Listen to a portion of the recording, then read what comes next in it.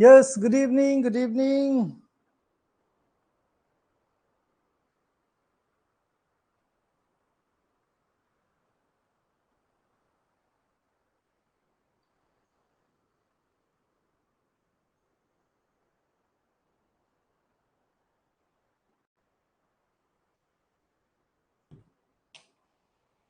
Good evening, everyone. Good evening.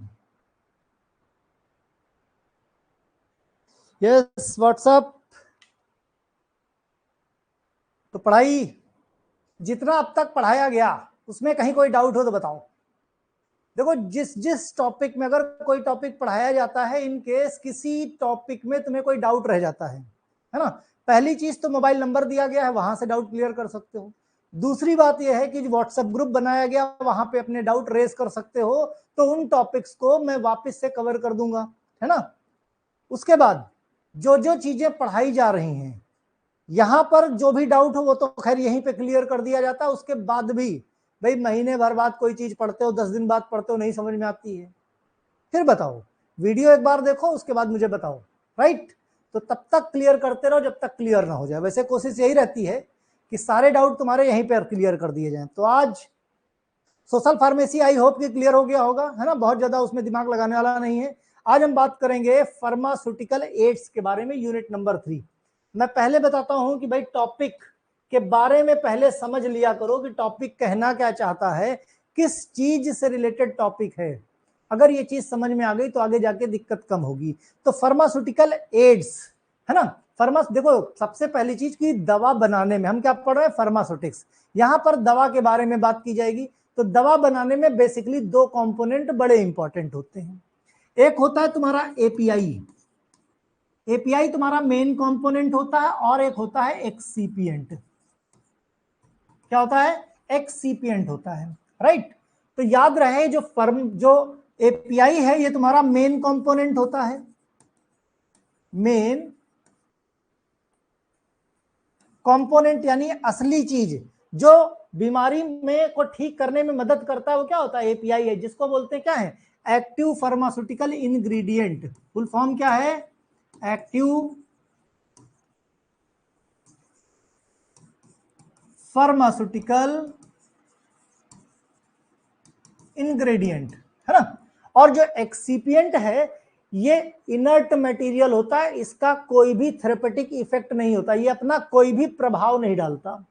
इसका काम सिर्फ ये है कि ये दवा बनाने में, दवा को उस शेप में लाने में, दवा बॉडी के अंदर जाने में, दवा की हार्डनेस बरकरार रखने में, डिसइंटीग्रेशन, डिसोल्यूशन, जो भी पैरामीटर हैं उनको फुलफिल करने में ये मदद करता है। इन्हीं को हम बोलते हैं फार्मास्यूटिकल एड्स, इन्हीं को बोलते हैं फार्मास्यूटिकल। मींस इनका अपना कोई भी थेरेपेटिक इफेक्ट नहीं होता, या किसी तरह की दवाई नहीं है, इनका शरीर पर कोई प्रभाव नहीं पड़ता है। बीमारी के लिए ड्रग में जो काम की चीज होती है वो एपीआई होती है, एक्टिव फार्मास्यूटिकल इंग्रेडिएंट।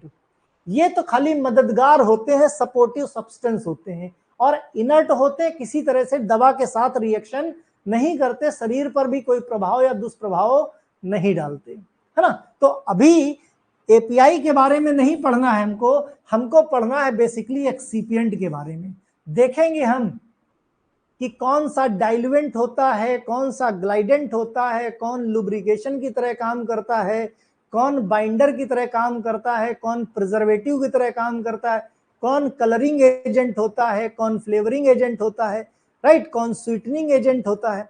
तो ये जितने भी एजेंट है ना जो दवा को बनाने में मदद करते हैं, है ना, तो वो सारे एक्सीपिएंट होते हैं, उन्हीं को हम फार्मास्यूटिकल एड्स बोलते हैं। तो आज टॉपिक में एपीआई नहीं, हमेशा एपीआई के बारे में डिस्कशन होता है, आज बेसिक डिस्कशन एक्सीपिएंट के बारे में होगा। क्लियर है ना। तो ओवरऑल क्या पढ़ेंगे हम, समझ में आया कि आज हम सब कुछ एक्सीपिएंट के बारे में पढ़ेंगे। अंदर चलते हैं और ज्यादा क्लियरिटी मिलेगी टॉपिक के बारे में तुमको। सबसे पहले ये सिलेबस तुम्हारा है, सिलेबस तुम्हारा है, सिलेबस का यूनिट नंबर 3, है ना।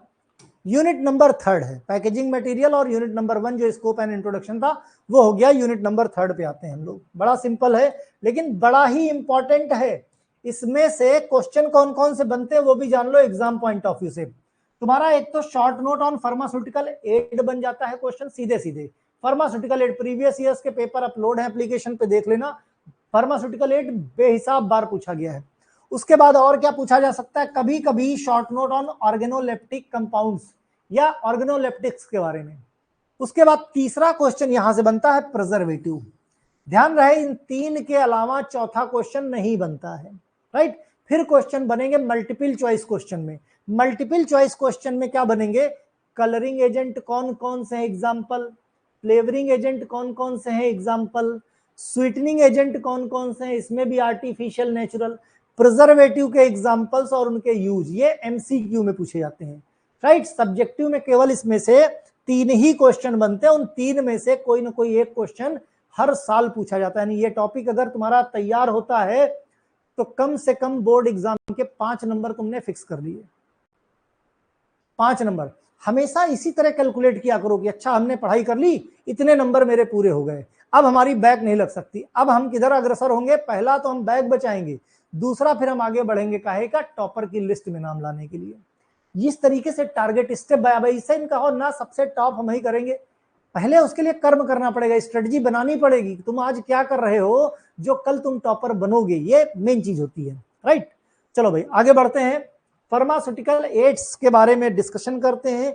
मैंने पहले भी कहा कि भाई सारी चीजें हिंदी और अंग्रेजी दोनों में पढ़ाई जाएंगी, राइट। तो फार्मास्यूटिकल एड क्या होता है, इनर्ट सब्सटेंस, जैसे मैंने बताया इनर्ट सब्सटेंस, इसमें बहुत कम या लगभग नो फार्माकोलॉजिकल इफेक्ट, यानी ये किसी तरह से थेरेपेटिक प्रभाव नहीं डालता, किसी बीमारी को ये ठीक नहीं करता, लेकिन इसेंशियल होता है, इसके बिना डोजेस फॉर्म नहीं बन सकती। मींस कोई भी दवा, चाहे आपका लिक्विड हो, चाहे सॉलिड हो, चाहे गैस हो, चाहे टैबलेट हो, चाहे कैप्सूल हो, चाहे सिरप हो, चाहे सस्पेंशन हो, चाहे कोई ऑइंटमेंट हो, चाहे क्रीम हो, चाहे पेस्ट हो, किसी भी तरह का डोजेस फॉर्म बिना फार्मास्यूटिकल एड के बन नहीं सकता, राइट। तो यानी ये क्या है भाई, कोई फार्माकोलो इनर्ट सब्सटेंस है, निष्क्रिय सब्सटेंस है। इनर्ट मतलब निष्क्रिय पदार्थ, ये किसी तरह से कोई प्रभाव नहीं डालते ना हमारे शरीर पे ना दवा पे, राइट। इनका कोई फार्माकोलॉजिकल इफेक्ट नहीं होता, ठीक है, लेकिन ये बहुत इसेंशियल होते, but are essential in preparation of pharmaceutical doses form. Hindi में देखो, फार्मास्यूटिकल एड को परिभाषित किस तरह किया जाता है, ये निष्क्रिय पदार्थ है, इनर सब्सटेंस, जिनका दवा पर सीधा कोई प्रभाव नहीं होता, लेकिन दवा की तैयारी में, दवा के उपयोग में इनका भाई ना तो दवा बन सकती है और ना दवा उपयोग हो सकती। जैसे सपोज करो, जैसे बाइंडर है, एक्सीपिएंट है ना, प्रिजर्वेटिव है, डाइल्यूएंट है, ये सब दवा बनाने में मदद करते हैं। लेकिन डिसइंटीग्रेटिंग एजेंट, जब दवा बन के तैयार हो गई, आपके पेट के अंदर गई, तो उस दवा को तोड़ने के लिए रिस्पॉन्सिबल है इसी में पड़े हुए डिसइंटीग्रेटिंग एजेंट। अगर वो डिसइंटीग्रेटिंग एजेंट ना रहे तो पत्थर की तरह दवा शरीर में पड़ी रहेगी, वो कभी टूटेगी ही नहीं। याद रहे कि बॉडी के अंदर दवा पूरी पूरी तुम खड़ी खा लेते हो, पानी से निगल जाते हो, लेकिन इसको छोटे छोटे टुकड़ों में तोड़ने के प्रोसेस को क्या बोलते हैं, इसी प्रोसेस को बोलते हैं डिसइंटीग्रेशन। डिसइंटीग्रेशन, और इसके लिए रिस्पॉन्सिबल होता है डिसइंटीग्रेटिंग एजेंट, जो एक तरह का फार्मास्यूटिकल एड है। अब फार्मास्यूटिकल एड कौन कौन से हो सकते हैं, उनका काम क्या है डोजेस फॉर्म में, और उनके एग्जाम्पल क्या है। वेरी इंपॉर्टेंट चीज है, पूरे टॉपिक का ओवरव्यू, या कह सकते हो पूरे फार्मास्यूटिक्स का ओवरव्यू।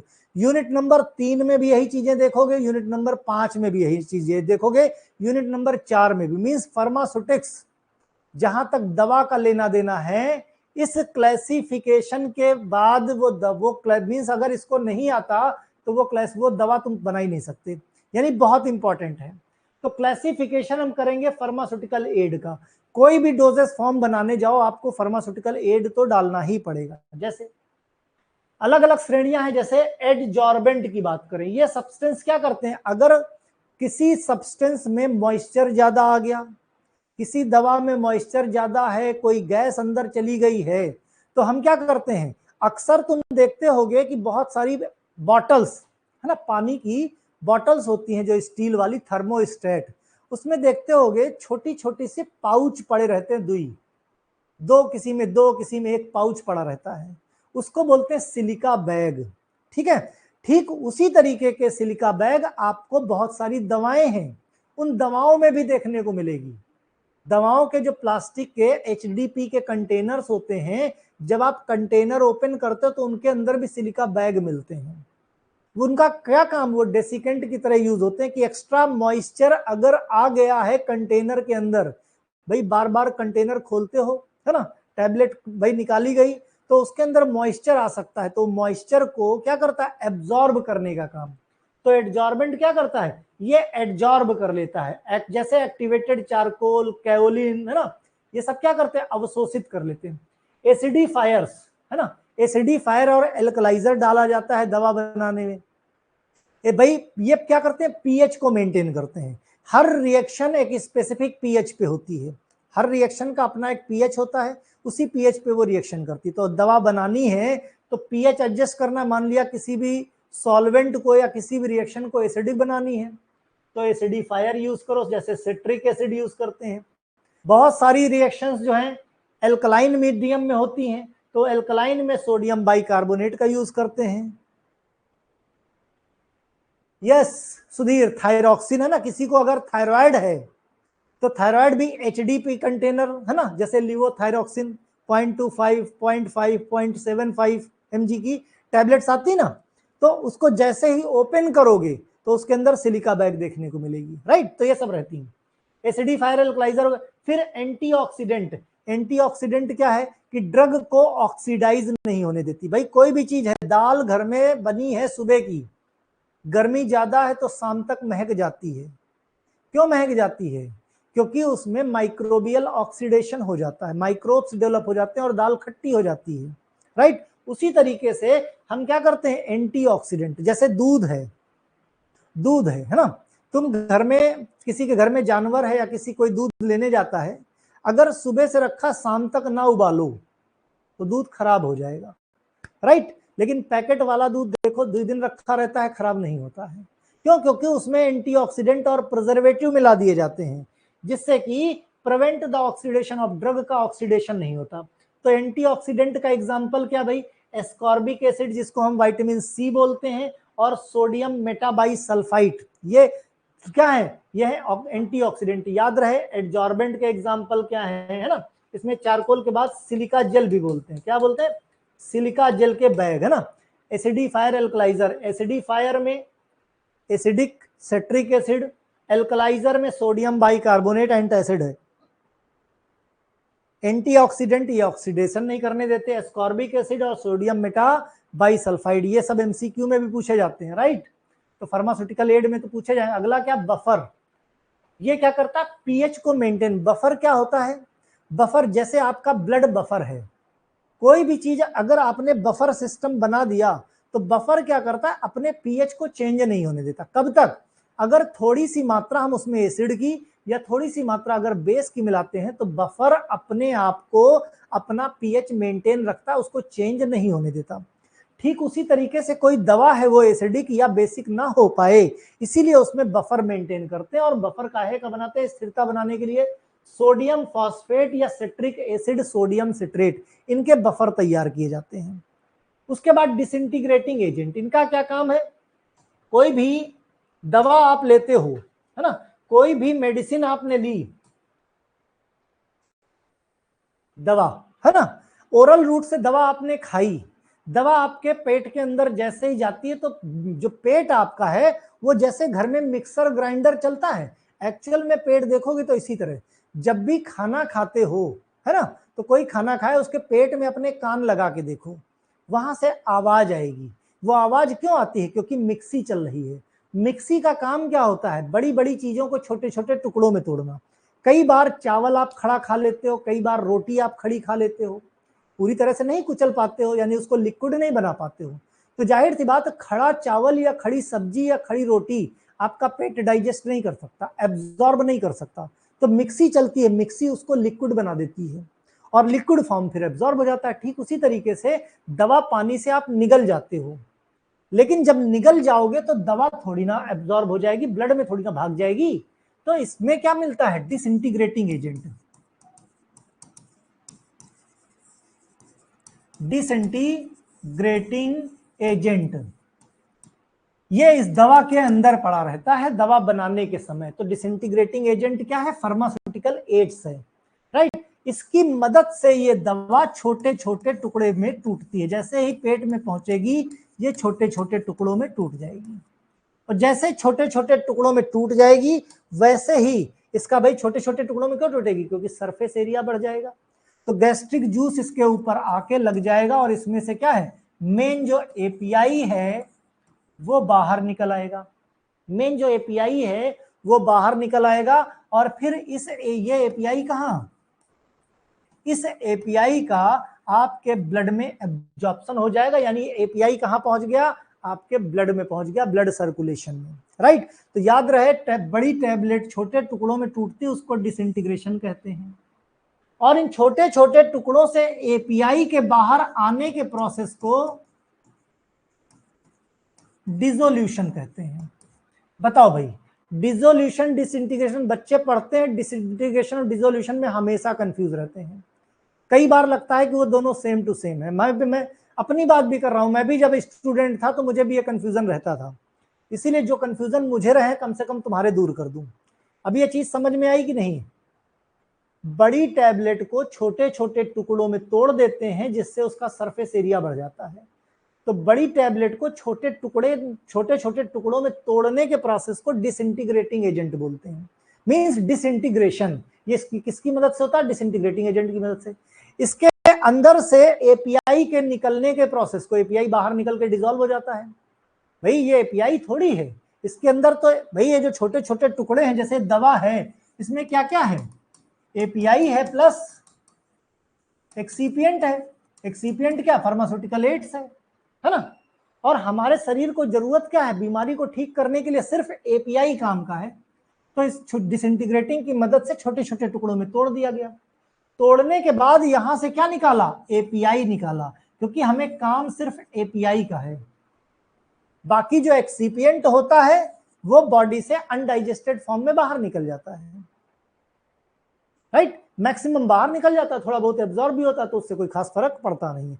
तो जो डिसइंटीग्रेटिंग पार्टिकल्स हैं इनसे एपीआई बोले तो एक्टिव फार्मास्यूटिकल इंग्रेडिएंट के निकलने के प्रोसेस को डिसोल्यूशन बोलते हैं।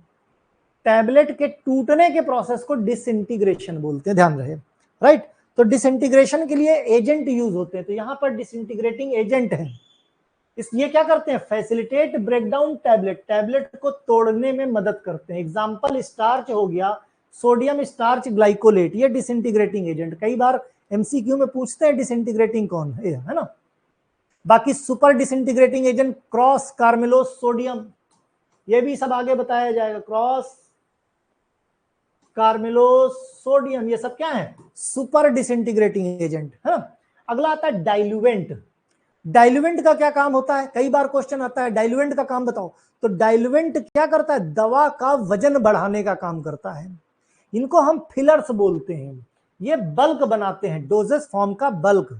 यानी जो टैबलेट बड़ी सी दिखती है तो किसकी वजह से? डाइल्यूवेंट की तरह। इसी को हम क्या बोलते हैं? फिलर्स बोलते हैं। यानी डाई को फिल करने में मदद करता है ना। तो ये होते हैं डाइल्यूवेंट। एग्जांपल क्या है? माइक्रोक्रिस्टलाइन सेलुलोज हो गया, राइट। लैक्टोज हो गया, ये क्या है? डाइल्यूवेंट है। डेसिकेंट क्या करता है? टैबलेट से मॉइस्चर को रिमूव करने में मदद करता है। एग्जाम्पल अभी हमने बताया था, है ना। डेसिकेंट सिलिका जेल हो गया, और क्या हो गया? कैल्शियम क्लोराइड हो गया, ये भी डेसिकेंट की तरह यूज होता है। अगला आता है इमल्सीफाइंग एजेंट। इमल्सन क्या होता है? देखो क्या होता है, कई बार ऐसे सॉल्यूशन से हमें दवा बनानी पड़ती जो आपस में घुलते नहीं हैं। घुलते नहीं है मतलब जैसे पानी हो गया और तेल हो गया, एग्जाम्पल के तौर पे। तो पानी और तेल को घोलने की कोशिश करोगे, घुलेगा क्या?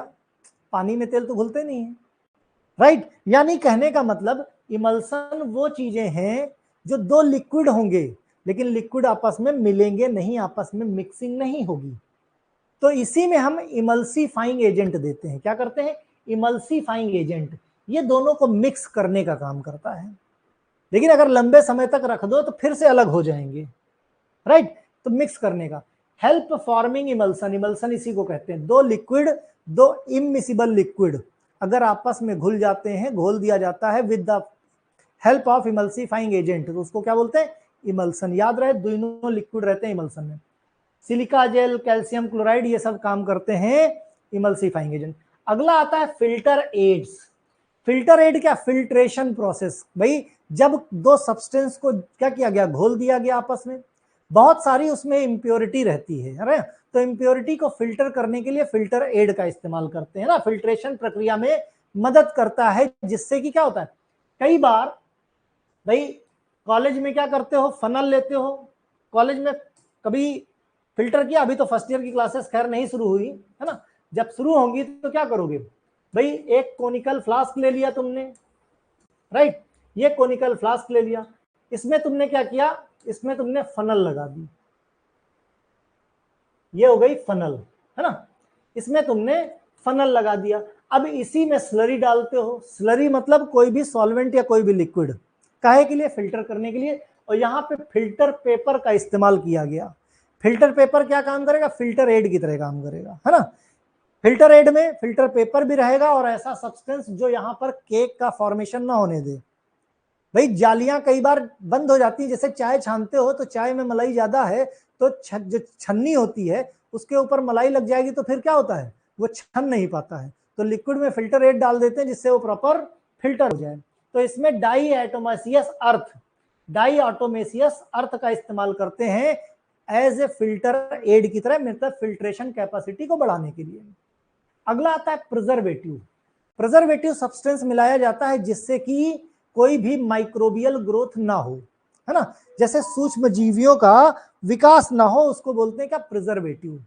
अक्सर तुमने देखा होगा कोई भी दवा है ना, खोल के तुमने रख दी, जैसे सिरप है, सस्पेंशन है, अक्सर लिखा रहता है उसमें, वैसे तो उसकी वैलिडिटी एक्सपायरी 6 महीने या 1 साल है, लेकिन उसमें लिखा रहता है कि ओपन करने के बाद 15 दिन के अंदर आपको उसे कंज्यूम कर लेना है। ओपन करने के बाद उसमें इंस्ट्रक्शन लिखे रहते हैं कि अगर आपने उसको ओपन कर दिया सिरप या सस्पेंशन को, तो 15 दिन में उसको कंज्यूम करना है। 15 दिन में कंज्यूम ना हो तो फेंक देना। हमारे यहाँ बहुत सारे बुद्धिजीवी भाई लोग हैं, वो लिखेंगे सर जी उसकी एक्सपायरी 6 महीने है, तो हम 6 महीने तक इस्तेमाल करेंगे क्योंकि दवा बड़ी महंगी है। होता है कि नहीं होता है, लेकिन ध्यान रहे उसमें लिखा रहता साफ साफ इंस्ट्रक्शन, 6 महीना तो ठीक है, लेकिन खोलने के बाद 15 दिन ही इस्तेमाल करनी है, तो 15 दिन में ना, क्योंकि इसके अंदर प्रिजर्वेटिव मिलाया गया है। क्या मिलाया गया है, प्रिजर्वेटिव मिलाया गया है ना। वो प्रिजर्वेटिव सिर्फ इसको माइक्रोब से 15 दिन तक प्रोटेक्ट कर सकता है, इतनी कैपेसिटी उसमें है, क्योंकि बहुत कम मात्रा में मिलाया जाता है। 15 दिन से ज्यादा अगर हो गया तो इसमें माइक्रोबियल ग्रोथ हो जाएगी, माइक्रोबियल ग्रोथ हो जाएगी तो फिर माइक्रोब्स इनका ऑक्सीडेशन स्टार्ट कर देंगे, और फिर क्या बन जाएगा सब्सटेंस कुछ नहीं कह सकते, वो डिपेंड करता है फिर सिरप क्या है, सस्पेंशन क्या है, राइट। तो प्रिजर्वेटिव उसको क्या करते हैं भाई, सूक्ष्म जीवियों के विकास को रोकने के लिए, जिसका एग्जांपल मिथाइल पैराबिन और सोडियम बेंजोएट। अक्सर दूध ज्यादा दिन तक नहीं खराब होता, भाई दूध गुजरात हरियाणा वगैरह से आता है, तुम्हें क्या लगता है वहां भैंस लगी, पैकेट में पैक किया और तुम्हारे घर में फेंक दिया, इतना आसान तो है नहीं, है ना, और तुम्हें लगता है हम ताजा दूध पी रहे हैं। भाई बड़े बड़े शहरों में दूध डेयरियां होती हैं, अब एक दूध डेयरी में तो सारी नहीं हो गई, पहले कलेक्शन होता है, एक आध दिन ट्रक में कलेक्शन होगा, उसके बाद ट्रांसपोर्ट होगा एक जगह से दूसरी जगह तक, फिर इतने दिन में क्या होता है, दूध सेटल हो जाता है। भाई उसके अंदर दूध क्या है, दूध में भी तो पानी मिला हुआ है, प्रोटीन मिला हुआ है, नाइट्रोजन मिला हुआ है, बहुत सारे एलिमेंट है, तो वो सब सेटल डाउन हो जाते हैं। फिर क्या होता है, उसमें स्टीरिंग होती है, मशीन लगा दी जाती है और खूब अच्छे से स्टीरिंग होती है, फिर डेयरी में जाता है, डेयरी में पास्चराइजेशन वगैरह होता है, उसके बाद फिर वो ठंडा करके पैकेजिंग जाती है, और पैकेजिंग करके उसके बाद मतलब आप जिस दूध को ताजा समझ रहे हो कम से कम 1 हफ्ते बाद आपको मिलता है। अब 1 हफ्ते तक दूध ऐसे पड़ा रहे तुम्हें लगता है ऐसा, इसका मतलब उसमें प्रिजर्वेटिव मिलाया जाता है। क्या मिलाया था, प्रिजर्वेटिव, यानी ज्यादा पैकेट वाला दूध पीना भी खतरनाक है। फिर स्वीटनिंग, दवा में, भाई दवा में भी प्रिजर्वेटिव मिलाते हैं। फिर स्वीटनिंग एजेंट, बहुत सारी ऐसी दवाएं होती हैं जो बड़ी कड़वी होती हैं, और कड़वी दवाएं अगर छोटे बच्चों को पिला दिया जाए तो फिर बड़ी दिक्कत है। इसीलिए अक्सर देखते हो कि सिरप बच्चों को पिलाया जाता है, और सिरप ज्यादातर मीठे होते हैं। यानी इंप्रूव पैलेटेबिलिटी, दवा का स्वाद बढ़ाने के लिए स्वीटनिंग एजेंट, स्वीटनिंग में भी आर्टिफिशियल जैसे सैक्रिन और एस्पार्टेम हो गया, इनका इस्तेमाल करते हैं एज ए स्वीटनिंग एजेंट। फिर टेक्सचर एजेंट, कई बार लिक्विड बनाते हैं तो लिक्विड में कंसिस्टेंसी न ज्यादा पतला रहे न ज्यादा गाढ़ा रहे, कंसिस्टेंसी मेंटेन रहे, उसके लिए टेक्सचर एजेंट का इस्तेमाल करते हैं, जैसे अगर और जिलेटिन हो गया। ये सारे एग्जाम्पल याद रखना, एमसीक्यू में पूछे जाते हैं। जब चैप्टर खत्म होगा तो एमसीक्यू जैसे मैं कराता आया हूं, हर चैप्टर के बाद एमसीक्यू कराते हैं, तो इसमें भी कराए जाएंगे। तो वहां एमसीक्यू इसमें बहुत सारे बनेंगे। तो जितने भी एजेंट हैं, जब मैं एमसीक्यू में कन्वर्ट कर दूंगा इनको ना, और यहाँ पे करवा दूंगा एक क्लास में, तो ये सब अपने आप याद हो जाएंगे। सबसे आसान तरीका, जो चीज कभी ना याद हो उसको क्वेश्चन के फॉर्म में याद कर लो, उसको एमसीक्यू के फॉर्म में याद कर लो। देखो चीजें आप कभी नहीं भूलोगे, एक दो बार जहां वीडियो देखोगे ना एमसीक्यू वाला, तुरंत आपको याद हो जाएगी। Right, clear. अगर मीडियम होता है बेटा, अगर का मीडियम होता है जो माइक्रोब का कल्चर करने के लिए इस्तेमाल करते हैं, राइट, तो ये कंसिस्टेंसी को मेंटेन करने के लिए इसमें मिलाया जाता है। सॉल्वेंट की बात करें तो सॉल्वेंट क्या, जिसमें कि भाई सॉल्वेंट वो होता है, जैसे पानी को यूनिवर्सल सॉल्वेंट बोलते हैं। पानी को यूनिवर्सल सॉल्वेंट ज्यादातर दवा बनाने में या तो पानी का इस्तेमाल करते हैं या एल्कोहल का इस्तेमाल करते हैं, है ना, या तो पानी या एल्कोहल। तो सॉल्वेंट, भाई सॉल्वेंट वो है जिसमें कि सॉल्यूट डिसॉल्व हो जाए। जो दवा है, दवा में क्या हमने कहा, एक एक्टिव होगा एक इनएक्टिव होगा, यानी एक एपीआई होगा एक एक्सीपिएंट। तो एपीआई और एक्सीपिएंट दोनों घुल जाएं, तो जिसमें घुल जाए उसको सॉल्वेंट बोलते हैं। एग्जाम्पल पानी और इथेनॉल। फिर आता है suspending agent. Suspending agent suspension बनाने में, अभी आपने देखा था इमल्सन, अभी आपने देखा था इमल्सन की, भाई इमल्सन में क्या था, इमल्सन में इमल्सन के केस में एक सॉलिड था, है ना, सॉरी दोनों, इमल्सन के केस में दोनों लिक्विड थे। अभी हमने आपको बताया इमल्सन, इसमें क्या होता है, टू इमिसिबल लिक्विड होते हैं। इमिसिबल लिक्विड मतलब दो लिक्विड है, याद रहे इमल्सन में दोनों लिक्विड रहेंगे, राइट, दोनों लिक्विड इमिसिबल है, दोनों घुलनशील नहीं होते। जैसे पानी हो गया, है ना, हो गया, या पानी हो गया, घी हो गया, कुछ भी मिला लो, उसी तरीके से सस्पेंशन है, सस्पेंशन है ना। सस्पेंशन के केस में क्या करते हैं, सस्पेंशन में एक सॉलिड होता है और दूसरा लिक्विड होता है। इमल्सन के केस में दोनों लिक्विड हैं, सस्पेंशन में एक सॉलिड और दोनों दूसरा लिक्विड, दोनों आपस में, लेकिन शर्त यह है कि दोनों आपस में घुलनशील नहीं होंगे। जैसे इसके एग्जाम्पल के तौर पे ले लो, जैसे सैंड हो गई, बालू, सैंड हो गया और इसको पानी ले लो। अब पानी में बालू को चाहे जितना घोलो, घुलेगी क्या, नहीं घुलेगी, तो वो क्या बनेगा, सस्पेंशन। कब बनेगा, जब उसमें हम सस्पेंडिंग एजेंट डाल देंगे।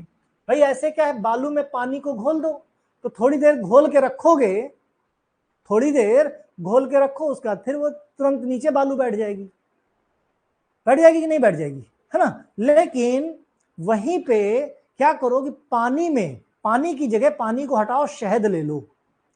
शहद क्या होता है, गाढ़ा होता है, उसमें बालू को स्टीरिंग कर दो, तो काफी देर तक वो सस्पेंडेड रहेगा, नीचे आएगा लेकिन समय लगेगा। उसी तरीके से अगर पानी एकदम पतला है तो सैंड डालोगे, बालू डालोगे तो नीचे आ जाएगी, लेकिन पानी को अगर गाढ़ा कर दिया जाए तो जो गाढ़ा करने वाला एजेंट है उसी को सस्पेंडिंग एजेंट बोलते हैं। तो सस्पेंशन को स्टेबल करने के लिए या सस्पेंशन को बनाने के लिए जो एजेंट चाहिए उसको सस्पेंडिंग एजेंट, तो वही चीज यहाँ पे सस्पेंडिंग एजेंट है। Keep solid particle suspended in liquid, यानी ठोस कणों को तरल पदार्थ में बनाए रखने, अपनी जगह पे बना रहे, उसी को हम क्या बोलते हैं, सस्पेंडिंग एजेंट। एग्जाम्पल के तौर पे बेंटोनाइट हो गया, अकेसिया।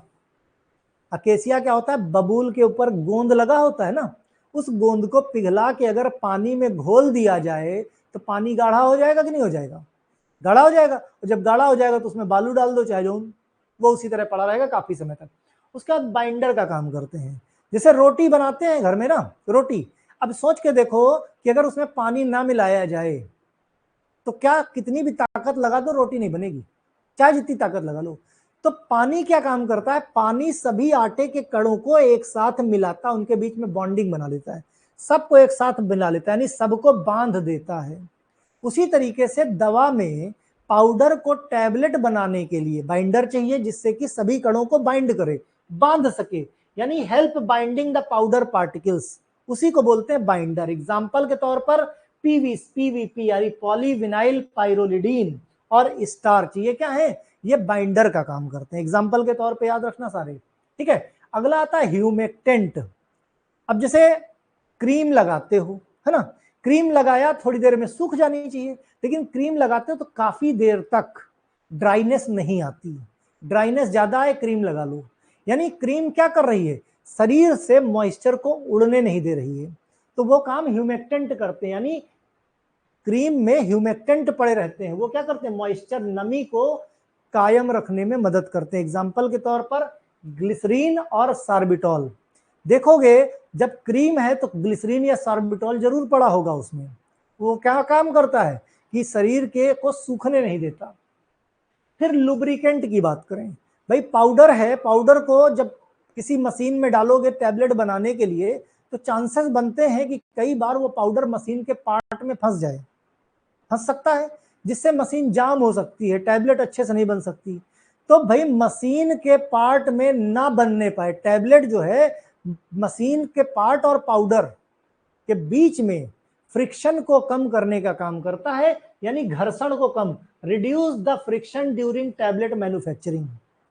जब जैसे भाई ये हॉपर है ना, और यहाँ पे मशीन है, अब पाउडर डाला गया तो पाउडर पता लगा अगर लुब्रिकेंट नहीं डालेंगे तो पाउडर कुछ यहाँ चिपक जाएगा, कुछ यहाँ चिपक जाएगा, कुछ यहाँ चिपक जाएगा, तो प्रॉपर फ्लो नहीं आएगा, और जब प्रॉपर फ्लो नहीं आएगा तो टैबलेट सही से नहीं बन पाएगी। तो लुब्रिकेंट डाल दिया तो फंसेगा नहीं, स्मूथली पाउडर का फ्लो बना रहेगा, ठीक है। एग्जाम्पल के तौर पर मैग्नीशियम स्टीरेट और टैल्कम पाउडर इस्तेमाल करते हैं लुब्रिकेटिंग एजेंट की तरह। उसके बाद अगला पॉइंट आता है फ्लेवरिंग एजेंट। बहुत सारी टैबलेट की स्मेल खराब होती है, तो महक को अच्छा करने के लिए हम फ्लेवरिंग एजेंट, है ना, improve the taste and flavour, improve the taste and flavour, हम इस स्वाद को और बेहतर बनाने के, मेंथॉल और वैनिलीन का इस्तेमाल, कहते हैं ना वनीला फ्लेवर है, मेंथा फ्लेवर है, राइट, पीने के बाद ठंडा ठंडा, तो इससे क्या है कि टैबलेट या सिरप या कैप्सूल या सस्पेंशन, इमल्सन, क्रीम, जो कुछ भी है, थोड़ा सा इंप्रूव हो जाता है उसका स्वाद, ठीक है। तो ये क्या है, ये फार्मास्यूटिकल एड्स हैं, ये किसी भी बीमारी को नहीं ठीक करते, लेकिन दवा को जो मेडिसिन बन रही, जो डोजेस फॉर्म है, उसकी प्रॉपर्टी को इनहेंस करते हैं, इसीलिए इनको क्या बोलते हैं, एक्सीपिएंट बोलते हैं, राइट। अगला जो इसी में पॉइंट है, ऑर्गेनोलेप्टिक प्रॉपर्टी। याद रहे किसी चीज को अगर हम अपने सेंसरी ऑर्गन से सेंस कर लेते हैं तो उन्हीं प्रॉपर्टी को ऑर्गेनोलेप्टिक बोलते हैं। जैसे टेस्ट, जबान से टेस्ट किया हमने स्वाद, कलर आंखों से देख लिया हमने, है ना, फील किया, हाथ में पकड़ा टैबलेट चिकनी है कि खुरदुरी, नाक से सूंघ सकते हैं, राइट। तो टेस्ट, कलर, ऑर्डर और फील, ये होती हैं सेंसरी प्रॉपर्टीज, और फार्मास्यूटिकल फॉर्मुलेशन में ये सारी प्रॉपर्टीज को इनहेंस करने वाले जो एड लगते हैं, फार्मास्यूटिकल एक्सीपिएंट जो लगते हैं, उन्हीं को बोलते हैं ऑर्गेनोलेप्टिक प्रॉपर्टीज। तो ये क्या है बेसिकली, ऑर्गेनोलेप्टिक प्रॉपर्टीज। तो फार्मास्यूटिकल एड्स हमने ब्रीफ में देख लिया, आगे हम और दो चीजें बचेंगी, ऑर्गेनोलेप्टिक प्रॉपर्टीज और प्रिजर्वेटिव्स, है ना। तो ये दोनों चीजें और फिल्टर एड्स, ये दो तीन चीजें जो बची हैं वो हम कल और परसों, यानी कल छुट्टी रहेगी दशहरे की, राइट, कल दशहरा है, कल दशहरे की छुट्टी रहेगी, परसों इस टॉपिक को कवर कर लिया जाएगा। बाकी पढ़ते रहो, दोस्तों को शेयर करते रहो, राइट। जो कुछ भी ना समझ में आए तब तक हाँ मत करो जब तक चीज तुम्हारे दिमाग में घुस न जाए।